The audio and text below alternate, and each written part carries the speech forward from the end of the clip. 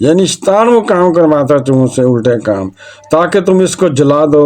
اور صحیح مسلم کی روایت ہے کہ حضور صلی اللہ علیہ وسلم نے حکم دیا کہ سوتے وقت آگ بجھا دیا کرو۔ یعنی آگ بھی جاری ہے نا، چولہے شلے میں کہیں بھی ہو آگ کو بجھا دو، وہ بھی خطرہ ثابت ہو سکتا ہے، اس سے بھی پھیل سکتی ہے۔ اس کی وجہ یہ بتائی کہ فسادی چوہے گھر میں آگ لگا کر گھر والوں کو جلانا چاہتے ہیں، لہذا یہ بھی جان لیجئے کہ بخاری اور مسلم شریف میں ابو ہریرہ رضی اللہ عنہ سے روایت ہے کہ حضور صلی اللہ علیہ وسلم نے ارشاد فرمایا کہ بنی اسرائیل کی ایک امت گم ہو گئی تھی، معلوم نہیں کہ وہ کہاں ہے، اور مجھ کو اس کے سوا اور کوئی بات نظر نہیں آتی کہ وہ لوگ یہی چوہے ہیں، اور انہوں نے مسخ ہو کر یہ شکل اختیار کر لیا ہے۔ تم نہیں دیکھتے کہ جب ان کے سامنے اونٹنی کا دودھ رکھا جائے تو بنی اسرائیل کی طرح اس کو نہیں پیتے، پھر ان کے لیے بکری کا دودھ رکھا جائے تو وہ اسے گھٹا گھٹ پی لیتے ہیں، کیونکہ بنی اسرائیل پر اونٹ کا دودھ اور گوشت حرام تھا اور بکری کا دودھ اور گوشت حلال تھا۔ اس لیے ان چوہوں کے اونٹ کے دودھ سے اعتراض کرنا، یعنی اس کو نہ پینا، اور بکری کے دودھ اور گوشت کھا پی لینا، اس بات کی دلیل ہے کہ یہ چوہے بنی اسرائیل کی ہی قوم کی مسخ شدہ شکل ہیں۔ حضرت ابو ہریرہ رضی اللہ عنہ نے فرمایا کہ میں نے یہ حدیث اخبار حضرت کو سنائی تو انہوں نے کہا کہ کیا تم نے رسول اللہ صلی اللہ علیہ وسلم سے سنا تھا؟ تو میں نے کہا کہ ہاں۔ تو انہوں نے بار بار یہی سوال کیا تو میں نے کہا میں تو تورات سے پڑھتا ہوں کہ وہاں سے بیان کروں گا۔ اسحاق نے اپنی روایت میں کہ ہم نہیں جانتے کہ ان کا کیا بنا۔ یہ چوہے اس قدر فسادی جانور ہیں کہ اس نے حضرت نوح علیہ السلام کی کشتی کی رسی کو بھی کاٹنا چاہا تھا۔ حضرت نوح علیہ السلام نے جب 2 سال میں اپنی کشتی کو تیار فرمایا، اور اس کشتی میں حضرت نوح علیہ السلام نے 3 منزلیں بنائی تھیں۔ نیچے کی منزل میں جنگی جانور، پرندے اور حشرات الارض کو رکھا گیا تھا، اور درمیانی منزل میں سواری کے جانور اور چوپائے تھے، جبکہ اوپر والے حصے میں حضرت نوح علیہ السلام اپنے تابعین اور سامان ضرورت کے ساتھ تشریف فرما تھے۔ جب چوہا کشتی کے کنارے پر آ کر اس کی لنگر کی رسیوں کو کاٹنے لگا تو اللہ تعالیٰ نے حضرت نوح علیہ السلام کو حکم فرمایا کہ شیر کی دونوں آنکھوں کے درمیان چوٹ ماریں۔ لہٰذا حضرت نوح علیہ السلام نے ایسا ہی کیا، جس سے ایک بلّا اور ایک بلی نکلی، اور انہوں نے چوہے پر حملہ کر کے اسے رسی کاٹنے سے باز رکھا۔ بہن بھائیوں، بیٹے اور بیٹیوں، اس لیے اسلام نے ان کو چوہے مارنے کا حکم دیا۔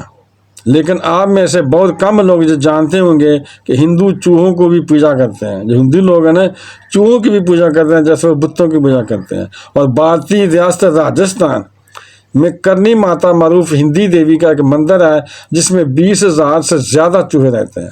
لوگ ان کو ختم کرنے کے بجائے انہیں کھلاتے پلاتے ہیں اور ان کی پوجا کرتے ہیں، اور ان چوہوں کے متعلق پجاریوں اور وہاں کے مقامی افراد نے عجیب و غریب قسم کی کہانیاں گھڑی ہوئی ہیں۔ کچھ لوگوں کا کہنا یہ ہے کہ پرانے وقتوں میں جب بچے پیدا ہوتے تھے وہ چوہے ہوتے تھے، تو یہ چوہے انہی میں سے ہیں جو باقی بچ گئے تھے۔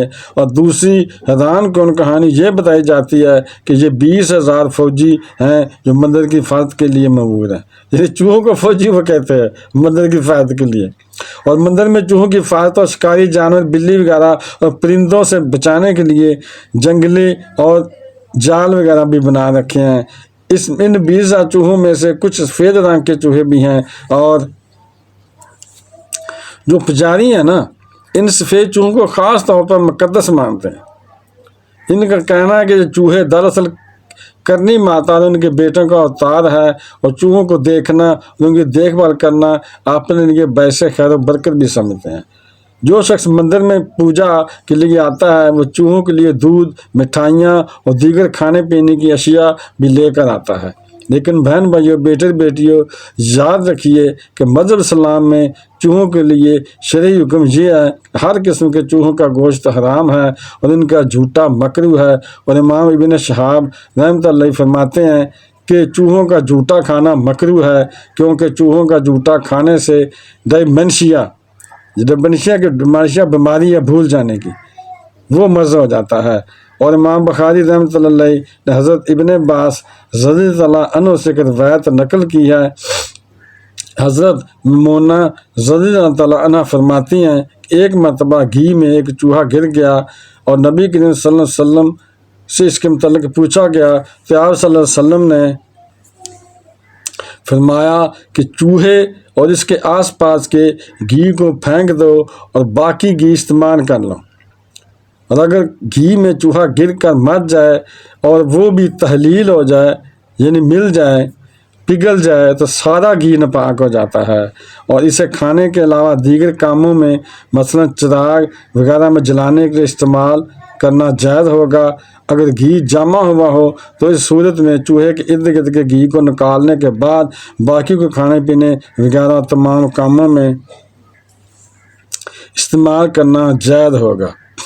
بہن بھائیو، بیٹے اور بیٹیوں، آئیے ہم بات کرتے ہیں کہ چوہے کو اپنے گھر سے کیسے ہم بھگا سکتے ہیں یا ان کو کیسے ختم کر سکتے ہیں۔